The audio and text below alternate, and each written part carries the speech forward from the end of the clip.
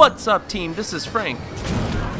And this is Gylt. So this game boils down to a stealth action game with complex maze-like arrangements of obstacles and freakishly scary monsters. Your character can run and sneak, but will often be barred access based on obstacles that, let's be honest, are really too small or flimsy to prevent access from an 11-year-old. The game will often tease you with some pathetic or makeshift wall that's a bunker as far as your character is concerned. Although you can't climb or jump, you can use ramps, stairs, ladders, and elevators to move vertically in the game. Also, if you're ever lost, look for the color yellow. Many things you can move, climb, turn, or interact with will have some yellow paint on it. The game reminds me a lot of Oddworld Abe's Odyssey. You see, in Gylt, you're not defenseless per se, but you should definitely err on the side of caution and try your best to stay quiet and hidden as you explore and solve puzzles. In the beginning, you will have nothing but a vague sense of direction and your sneakers for sneaking. The tactical espionage action works well enough, but there are a few things which render the weight and fear of staying hidden almost comical. Like, look at this. Using the vending machine makes a sound, but I guess only you can hear it, as the enemies show no sign of noticing at all. But try to run in an adjacent room and the enemies will hear you and be alerted to your exact position. Oh, and sneaking up behind enemies will give Sally a chance to yell a kill phrase, the enemy to scream in pain and anguish, and lights to spew forth like a disco ball. And despite all the noise and commotion, nearby enemies will be none the wiser. So long as you can look past these minor immersion-breaking moments, the anxiety and fear of sneaking around while the enemies patrol and make freaky noises can really get your heart pumping.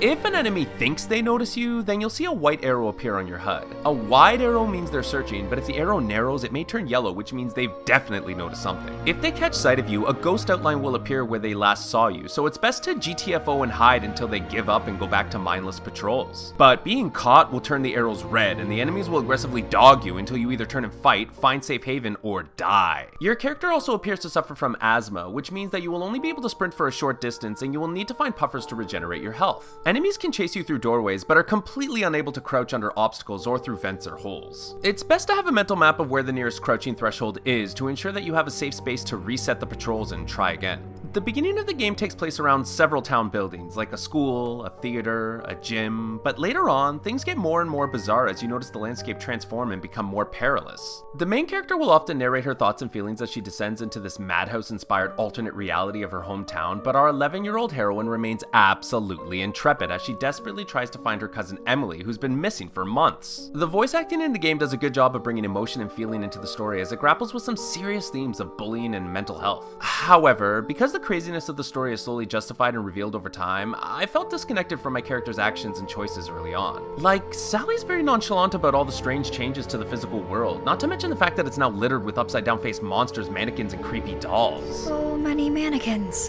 Her relentless courage and pace forward in hopes of finding her cousin bordered on insanity in my opinion. But whatever, it's a game, and so long as you can look past this, the story gives you a good enough reason to continue braving the monsters and challenges around each corner. Oh, and the enemies are all menacing in their own way and give you a good reason to walk softly and think carefully before you move out. There are also some interesting boss battles with unique ways of bringing down the nightmarish foes as they're trying to kill you. Although you start the game with literally nothing, there's a decent power creep where you gain access to an upgrading flashlight that illuminates areas and can deceive and kill some enemies as well. And later on you'll gain access to a fire extinguisher which shoots ice and is great for solving some world puzzles as well as freezing enemies and making a quick escape. And that's it. That's everything you need to know about Gylt. In the end, the game is a polished sneaking simulator with an interesting variety of locations as well as frequent puzzles and challenges. The game features maybe one or two jump scares, which I typically hate, but for the most part, the tenseness I felt came organically from the music, the feeling of helplessness, the aesthetics, the creepy enemy sounds, and the looming bosses who often show up suddenly and with great effect. If you love games like Oddworld and Stealth Incorporated with their careful, stealthy progression mixed with puzzles and exploration, and also like a little Sam Fisher and Solid Snake action only when it's called for, you might really like Gylt. If you hate spooky games with immersion-breaking barriers and the occasional environmental snag which may get you killed, then you might pass on this game.